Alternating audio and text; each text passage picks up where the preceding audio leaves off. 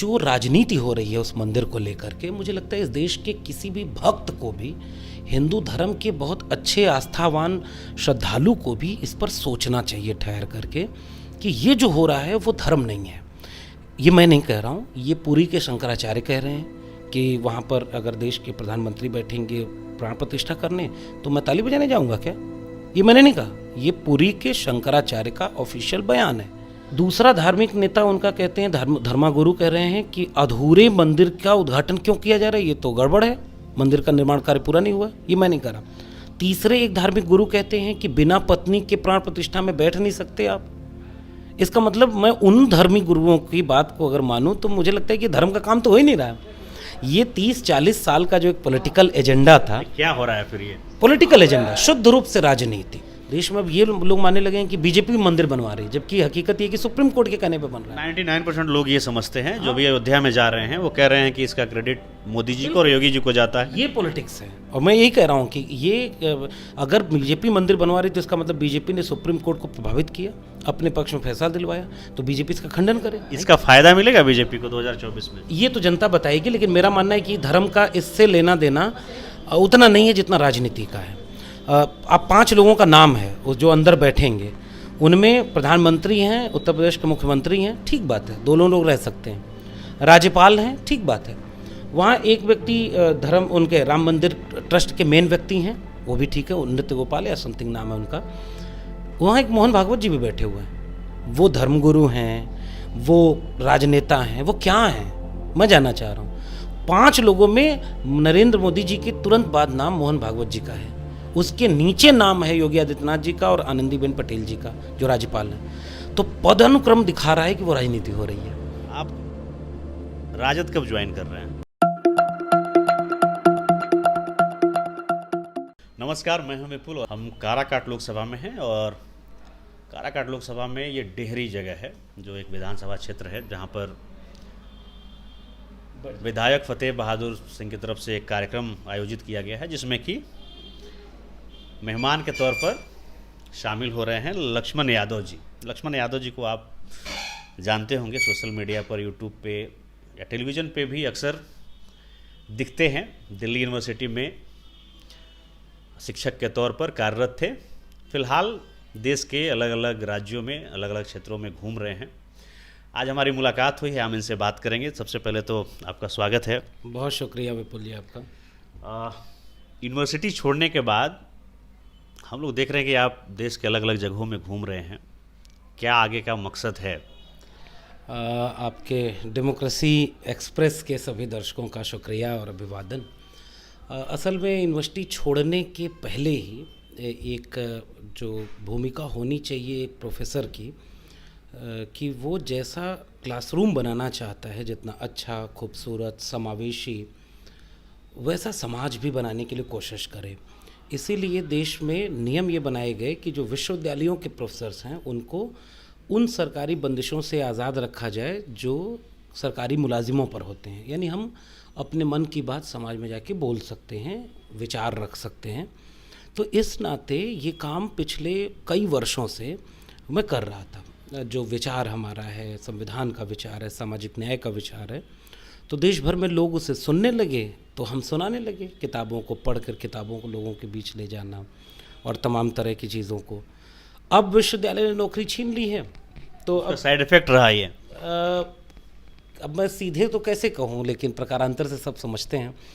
असल में विश्वविद्यालयों में अब जिस तरह के विचार का कब्ज़ा होता जा रहा है, वो लोग ये मानते हैं कि आप अगर हमारे ख्याल, हमारे विचार से जुड़े हुए हैं तो हम आपको मानेंगे। पहले भी ऐसा होता था, लेकिन पहले ऐसा होता था कि फिर भी मेरिट देख ली जाती थी, कोई अच्छी मेरिट का है, कोई पढ़ाने में अच्छा है। 14 साल से जैसे मैं अपने कॉलेज में पढ़ाता था, मुझसे पुराना वहाँ कोई नहीं था, सबको रख लिया गया, केवल एक व्यक्ति को निकाला गया। सिलेक्शन कमेटी ने आखिरी में ये बोला कि इनको हमें बाहर करना है, बाकी आप किसी को नौकरी पर रख लीजिए। तो ये संकेत करता है कि बाहर करने की वजह जब हमने पूछी कि भाई एकेडमिक बेस पर बाहर कर रहे हैं या किस आधार पर, तो वो बताने की नियम है नहीं उनके पास। फरमान बस होता है कि आपको हटा दिया, दूसरे को रख दिया। वर्बली तो भी कुछ कम्युनिकेशन हुआ होगा। अंदर के लोग तो ये कहते हैं कि पहली लाइन यही बोली गई कि इनको हटाना है।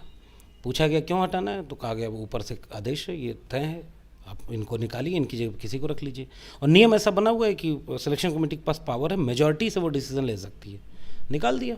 तो निश्चित रूप से इसके पीछे मंशा तो यही है जो आप कह रहे हैं कि तो आप ये महसूस करते हैं कि आपके ख्यालात जो हैं, जिस हिसाब से आप पब्लिक में जा कर के ओबीसी को लेकर के अपनी बातें कर रहे थे, उसकी वजह से आपको वहाँ से नहीं, मुझे ऐसा लगता है कि मामला केवल ओबीसी का नहीं है। मामला ये है कि अगर देश में एक विचारधारा अपने पूरे देश को एक विचार में रंगना चाहती है, और हमने कहा कि नहीं, ये ठीक नहीं है।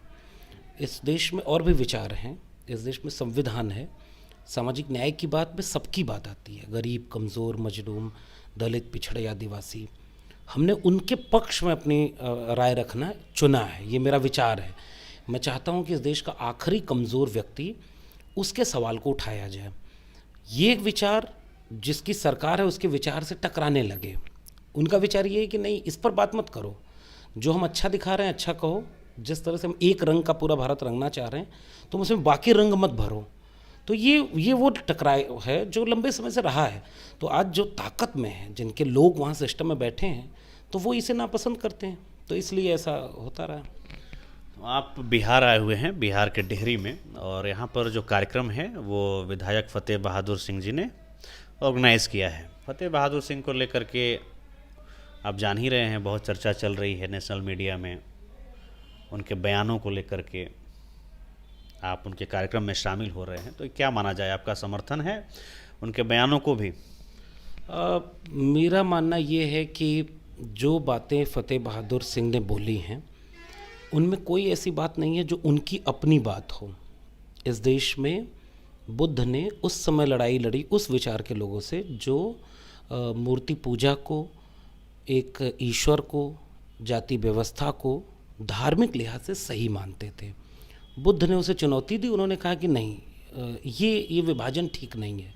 वो लड़ाई उस समय आजीवक परंपरा से चली, जैन परंपरा से चली। बाद में आप देखेंगे तो कबीर, रैदास, पलटू दादू भीखा, ये सारे हिंदू थे कथित तौर पर, जिसे हम कहते हैं। इन सब ने अपने भीतर के उन सवालों को उठाया कि ये जो अंधविश्वास है, पाखंड है, जातिगत गैर बराबरी है, ये ठीक नहीं है, हम इसके खिलाफ खड़े हैं। फिर बाद में एकदम आधुनिक भारत में आ जाइए तो संत गाडगे से लेकर के फूले, अंबेडकर, पेरियार, जिस बिहार में हम हैं यहाँ बाबू जगदेव प्रसाद, त्रिवेणी संघ, कर्पूरी ठाकुर, समाजवादी आंदोलन, इन सब की यही लड़ाई रही है कि जो अंधविश्वास और पाखंड के नाम पर धर्म आरोपित किया जा रहा है, ये ठीक नहीं है। धर्म सबका अलग अलग हो सकता है, कुछ लोग नास्तिक भी हो सकते हैं, कुछ लोग मूर्ति पूजा नहीं कर सकते हैं। एक तो ये बात। दूसरी बात ये कि आज जो सरकार है वो ये चाहती है कि नहीं, जो भाषा हमारी है, जिस परिभाषा में हम धर्म को रख रहे हैं, जो हम परिभाषा राम की बता रहे हैं, वही सही है। मेरा काम भक्ति आंदोलन पर है, तुलसीदास पर है, और हमने कहा कि दिल्ली विश्वविद्यालय के सिलेबस में लगाया गया था 300 रामायणास A.K. रामानुजन का, कि राम की कथाएं 300 प्रकार की लिखी गई हैं। वाल्मीकि रामायण के राम शंभुक का वध करते हैं, रामचरितमानस के राम शंभुक का वध नहीं करते हैं। इसका मतलब कि कथाओं में बहुत भिन्नता है। कबीर के राम अलग हैं, एक राम दशरथ का बेटा, एक राम है घर घर लेटा, एक राम का सकल पसारा, एक राम सब जग से न्यारा। इस विविधता में विचार का एक संघर्ष था। तो फतेह बहादुर सिंह जो भी बात कह रहे होंगे, जितना मैंने सुना है, वो बातें उस धारा की है। मैं आपको बता देता हूँ, अक्टूबर में विजयादशमी के समय में हिंदू देवी देवताओं को लेकर के, दुर्गा को लेकर के आपत्तिजनक बात फतेह बहादुर जी ने कही थी। उन्होंने कहा कि दुर्गा का आविष्कार किसने किया, इस तरह की बात उन्होंने की। उसके बाद उनकी पार्टी भी इस मामले को लेकर के वो अब किनारा करने लगी। देखिए, मेरा मानना ये है कि मैं जिस संघर्ष की बात कर रहा हूँ वो एक वैचारिक, सामाजिक और सांस्कृतिक संघर्ष है। राजनेता चूँकि उस पृष्ठभूमि से आते हैं तो वही भाषा बोलते हैं। मेरा व्यक्तिगत सुझाव ये होता है कि राजनेता को चूँकि एक पॉलिटिकल पार्टी की सीमा के भीतर राजनीति करनी है, वो क्रांति नहीं कर सकते। लेकिन यह भी बात सही है कि राजनेता जब कोई विचार रखता है तो उसका जनता पर असर तेजी से पड़ता है।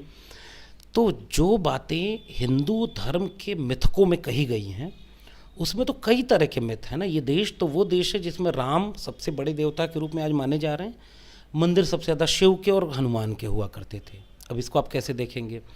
इस देश में दुर्गा को मानने वाले लोग भी हैं, तो इसी देश में महिषासुर की भी पूजा होती है। इसी देश में राम के मंदिर हैं, कम हैं भले लेकिन हैं। इसी देश में रावण के मंदिर हैं। ये विविधता है। इसलिए कोई अगर ये सवाल उठाए दुर्गा पर तो वो दरअसल उस विमर्श की बात कर रहा है। लेकिन चूंकि नेता हैं तो उनको घेरना आसान होता है कि नहीं भैया बताएं। अगर आरजेडी के नेता हैं, जो कि हम लोग उनके ऑफिस में बैठे हैं, पीछे दिख रहा है वो सब, तो आरजेडी के नेता अगर ये सवाल पूछेंगे तो बाकी लोग तुरंत इस पर सवाल करेंगे कि भाई आप धर्म विरोधी हैं क्या, आप ये बात क्यों बोल रहे हैं। क्योंकि अब मीडिया में या बाकी पब्लिक डोमेन में बात खुलकर कहाँ हो पा रही है। अब तो हल्ला मच रहा है। जो जिसने थोड़ी सी असहमति दर्ज की उसको आप धर्म विरोधी घोषित कर दे रहे हैं।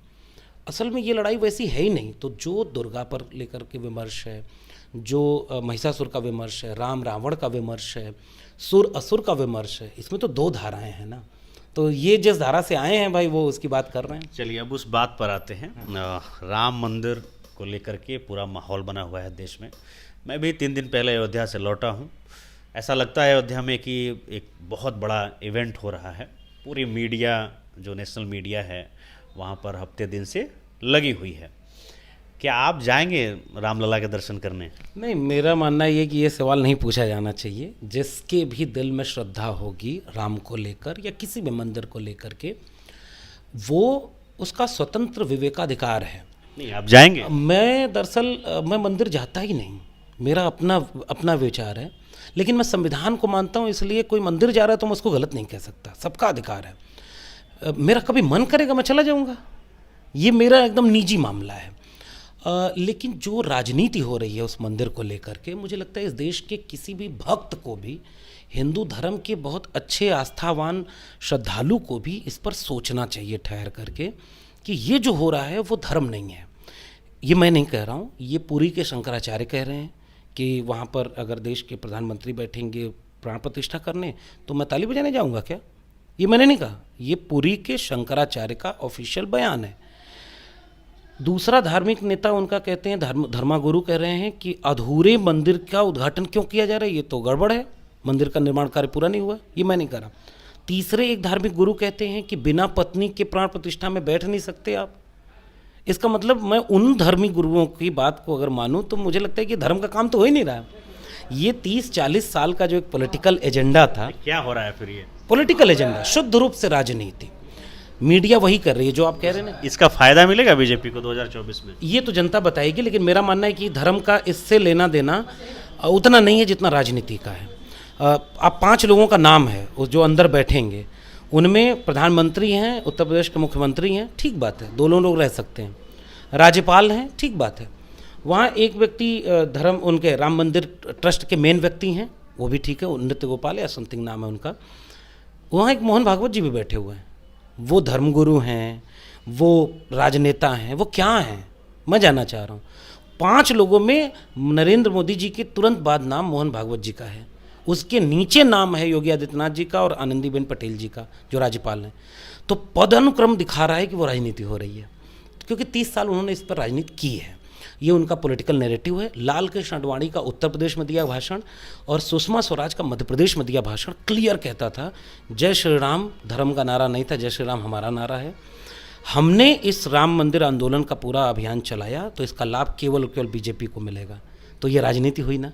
तो ये जो अभी हो रहा है, धर्म के लिबास में राजनीति हो रही है। आपका अनुभव क्या कह रहा है, मिलेगा फायदा कि नहीं 2024 में? अभी इम्तिहान बताएगा। लेकिन ठीक बात है, देखिए जब पूरी मीडिया वहाँ बैठी हुई है, लाइव टेलीकास्ट वहाँ से चल रहा हो। अब तो जानकारी मिल रही है कि कांग्रेस भी जाने वाली है। देखिए अब ये तो वो पीछे जिसमें बीजेपी सबको फंसाएगी। जैसे आप हमसे पूछे ना कि मंदिर जाएंगे कि नहीं, तो ये जो वो पीछे, अगर मैं कहूँ हाँ तो भी उसके पक्ष में जाएगा, ना कहूँ तो भी उनके पक्ष में जाएगा। वो कहेंगे देखो राम विरोधी है। असल में ये सवाल पूछना ही नहीं था। लेकिन बीजेपी की टैक्टिक्स देखिए पॉलिटिक्स की, कि वो आपको अपनी पिच पर ले आती है और आपसे बयान दिलाती है कि आप राम के खिलाफ बोलिए तो भी मुझे फ़ायदा हो और राम के पक्ष में बोलिए तो भी मुझे फ़ायदा हो, क्योंकि मैंने आपको राम के पक्ष में बोलने को मजबूर कर दिया। और अगर आप खिलाफ बोलेंगे तो मैं आपको कहूँगा कि देखो राम विरोधी है, तो जो राम का नहीं वो किसी काम का नहीं। तो ये नारे हैं, ये पॉलिटिक्स है। मैं इस पॉलिटिक्स को सिरे से खारिज करता हूँ। मेरा अभी भी मानना है कि कबीर ने लिखा कि मोको कहाँ ढूंढे रे बंदे, मैं तो तेरे पास में। राम आस्था का विषय है, जिसको भी दिल में राम, इकबाल ने कहा था, कहते हैं उन्हें सब, राम इमाम हिंद, मुस्लिम शायर राम पर कविता लिख रहा है। ये देश वो है जिसमें रसखान मुस्लिम कवि होकर के कृष्ण पर कविता लिखते हैं कि मानुस हों तो वही रसखान, बसों आनंद, अगले जन्म में मुझे मनुष्य करना तो गोकुल वृंदावन में करना। मैं भी जब अयोध्या गया तो मैं सबसे पहले इकबाल अंसारी से मिला जो बाबरी मस्जिद के पक्षकार थे। तो उनसे बातचीत करके, वहाँ के लोगों से जब मैंने बातचीत की तो मुझे यही लगा कि अयोध्या में स्ट्रेस नहीं दिखता है राम मंदिर को लेकर के हिंदू मुस्लिम के बीच में, बट अयोध्या के अलावे बाकी जगहों पर उसका असर बहुत दिखता है।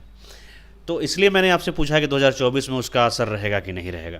कोशिश बीजेपी की पूरी तरह से यही रहेगी कि 24 का चुनाव सबसे केंद्र में अगर किसी एक मुद्दे पर हो तो वो हो राम मंदिर का मुद्दा। ये उनका गोल्डन मुद्दा है, क्योंकि 10 साल में क्या काम किया, कौन सा वादा निभाया, इस पर सवाल ही कोई नहीं पूछेगा। और माहौल मीडिया के जरिए ऐसा बनाया जाएगा कि जो राम को लाए हैं हम उनको लाएंगे। धर्म, हिंदू धर्म के आस्थावान भक्तों को एक सवाल पूछना चाहिए कि राम सबको लाते हैं ना, भगवान कौन है? राम है तुम्हारे हिसाब से। तो ये नारा कितना ये पॉलिटिक्स है। एक फोटो चल रही है जिसमें मोदी जी बड़े हैं और राम लला का हाथ पकड़े हुए हैं, राम लला को लेकर के जा रहे हैं। सोशल मीडिया पे वो फोटो खूब हर तरफ चल रही है। इसका आपत्ति उन्होंने नहीं की। ये सवाल मेरा है और इसलिए मेरा मानना है कि पॉलिटिक्स में कोई है तो वो पॉलिटिक्स करेगा। अयोध्या में तनाव हुआ कि नहीं हुआ, एक डॉक्यूमेंट्री बनी है in the name of God, Anand Patwardhan की, उसका हिंदी तर्जुमा है राम के नाम, उसे भी देखा जाना चाहिए। रथ यात्रा चली, सब कुछ हुआ, जो वर्डिक्ट आया देश में। अब ये लोग मानने लगे हैं कि बीजेपी मंदिर बनवा रही है, जबकि हकीकत ये कि सुप्रीम कोर्ट के कहने पे बन रहा है। 99% लोग ये समझते हैं जो भी अयोध्या में जा रहे हैं, वो कह रहे हैं कि इसका क्रेडिट मोदी जी को और योगी जी को जाता है। ये पॉलिटिक्स है और मैं यही कह रहा हूँ कि ये अगर बीजेपी मंदिर बनवा रही तो इसका मतलब बीजेपी ने सुप्रीम कोर्ट को प्रभावित किया, अपने पक्ष में फैसला दिलवाया, तो बीजेपी इसका खंडन करे, नहीं करेगी क्योंकि पॉलिटिक्स है। उसको अगर ये झूठ जा रहा है पब्लिक में तो इससे तो फायदा जाने दिया जाए और पूरा माहौल ऐसा राम में बनाया जाएगा जिसका लाभ बीजेपी को चुनाव में हो। मुझे लगता है इसका लाभ बीजेपी को कितना होगा ये चुनाव के बाद का परिणाम बताएगा। इसका नुकसान इस देश के लोकतंत्र को होगा कि चुनावी मुद्दा एक धर्म, एक देवता, एक मंदिर बन जाए। मुझे लगता है कि इसको छोड़ देना चाहिए। जनता को ये समझना चाहिए कि मंदिर है, अच्छी बात है, संविधान कहता है ना भाई आप मंदिर बनाओ, मस्जिद बनाओ, कार्यक्रम हो, सब लोग जाएं, जिसको जाना है जाएं, जिसको नहीं जाना ना। चुनाव और नेता का मुद्दा तेजस्वी यादव ने बोला ना, इस पर मीडिया क्या बोल रही है? वो उन्होंने एक लाइन बोली कि अगर भूख लगेगी तो मंदिर जाओगी कि वहाँ रोटी मिलेगी, वहाँ तो और देना पड़ेगा। वो तो खुद तिरुपति जा करके बाल मुड़ा करके आए हैं। भले जाएं, लेकिन वो रोटी मांगने तिरुपति नहीं गए रहे होंगे। वो ये कह रहे हैं कि इस देश में गरीब, कमजोर, मजलूम की थाली में अगर रोटी नहीं होगी तो मंदिर रोटी नहीं देगा। इसको कोई गलत साबित करके दिखा दे। पैर में चोट लगी है तो मंदिर में उसकी दवाई नहीं मिलेगी, इसको कोई गलत साबित करके दिखा दे। दुनिया कहाँ जा रही है? आप चांद पर जा रहे हो और आप अंधविश्वास फैला रहे हो। एक पत्रकार बैठ के बोल रहा है कि मंदिर जाओगे तो अस्पताल जाने की जरूरत नहीं पड़ेगी और कोई इस पर आलोचना नहीं हो रही है। मैं तो इस जनता के विवेक का सवाल कर रहा हूँ। आप विज्ञान की किताबों में पढ़ाते हो कि चंद्रग्रहण और सूर्यग्रहण किसके आधार पर लगता है, तो राहु केतु से नहीं लगता। आप विज्ञान में नहीं पढ़ाते, ये आप भी नहीं पढ़े होंगे। पढ़ते विज्ञान है और धर्म के नाम पर राजनीति आपको कहाँ ले जा रही है, इसको जनता सोचे। मेरा मानना ये कि धर्म के लोगों को धर्म करने दिया जाए, मंदिर के लोगों को मंदिर बनाने दिया जाए। जिसको मंदिर जाना होगा जाए, जो नहीं जा रहा है उसको मंदिर के नाम पर घसीटिए मत। नेता से ये सवाल सीट कौन रहा है? ये कि आप मंदिर जाएंगे कि नहीं? कौन कह रहा है मंदिर जाने? सारे पत्रकार, सारे मैंने तो आपसे पूछा, ये थोड़ी कहा कि आप मंदिर जाइए। नहीं, मैं कह रहा हूँ ये सवाल ये पूछना चाहिए कि मंदिर जाना न जाना मेरा विवेक है। नहीं, इसलिए पूछा क्योंकि एक बड़ा इवेंट है। नहीं, इवेंट से वो पॉलिटिकल इवेंट है। और मैं ये कह रहा हूँ कि रोटी, कपड़ा, मकान, शिक्षा, स्वास्थ्य, रोजगार, राजनेता, चुनाव, लोकतंत्र, जनता, वोट, इस पे होना चाहिए। वोट इस पे नहीं होना चाहिए। और अगर ये हो रहा है तो कोई भी इसमें शामिल हो, ये लोकतंत्र को कमज़ोर करेगा। बस बिहार के पॉलिटिक्स पे एक प्रतिक्रिया दे दीजिए। अच्छा, देखिए बिहार में तो मैं कह रहा हूँ कि बिहार एक ऐसा राज्य अभी का तारीख में बना है कि 2 करोड़ रोजगार प्रतिवर्ष देने वाले दौर में 10 साल में 20 करोड़ रोजगार होने चाहिए। डेटा ये बताता है कि 12 करोड़ रोजगार चले गए जो मिले थे। बिहार सरकार ने 1 साल में 5 लाख लोगों को नौकरी दे दी। आज़ाद भारत में पहली बार किसी सरकार ने इतने कम वक्त में इतने लोगों को नौकरी दी है। तलवार बांटने के दौर में कलम बांटने की बात करने वाले नेता कम से कम एक लकीर तो पैदा कर रहे हैं। वो ये कह रहे हैं कि हम कलम बांट रहे हैं, हम शिक्षा, स्वास्थ्य की बात कर रहे हैं, हम जाति जनगणना करके सबको सबके हिस्से का हक देना चाहते हैं। मुझे लगता है बिहार रास्ता दिखा रहा है। जनता के सामने नेता को उन मुद्दों पर खड़ा होना चाहिए जो बिहार के लोग खड़े हैं। इसलिए मैं उम्मीद करता हूँ कि बिहार पूरे देश को इस तरह से कोई रास्ता दिखाएगा। अब जाते जाते मैं एक छोटा सा आखिरी सवाल कर लेता हूँ। आप राजद कब ज्वाइन कर रहे हैं? नहीं, अभी मैं किसी पॉलिटिकल पार्टी में नहीं हूँ, वैचारिक। आपको कार्यक्रमों में देखा गया हाँ, है मैं मेरा स्टैंड ये है कि जो लोग न्यूनतम सहमति पर अधिकतम एका का दौर है। राजद के लोग अगर जाति जनगणना की बात कर रहे हैं, नौकरी की बात कर रहे हैं, सामाजिक न्याय की बात कर रहे हैं, समाजवाद की बात कर रहे हैं, तो मैं इतनी दूर तक इनके साथ हूँ। उतनी दूर तक मैं सपा के मंच पे भी जाता हूँ, मैं कांग्रेस के मंच पे भी गया हूँ, प्रशिक्षण शिविर में जाता हूँ, आज भी उनका कार्यक्रम है। तो अभी पार्टी ज्वाइन करने का सवाल तो फिलहाल नहीं है, कभी मौका आएगा, कुछ उचित इसका परिस्थितियाँ बनेंगी तो वो भी किया जाएगा। फिलहाल एक वैचारिक रिश्ता है जिसको हम निभा रहे हैं। चलिए लक्ष्मण यादव जी, हमसे बात करने के लिए बहुत बहुत धन्यवाद।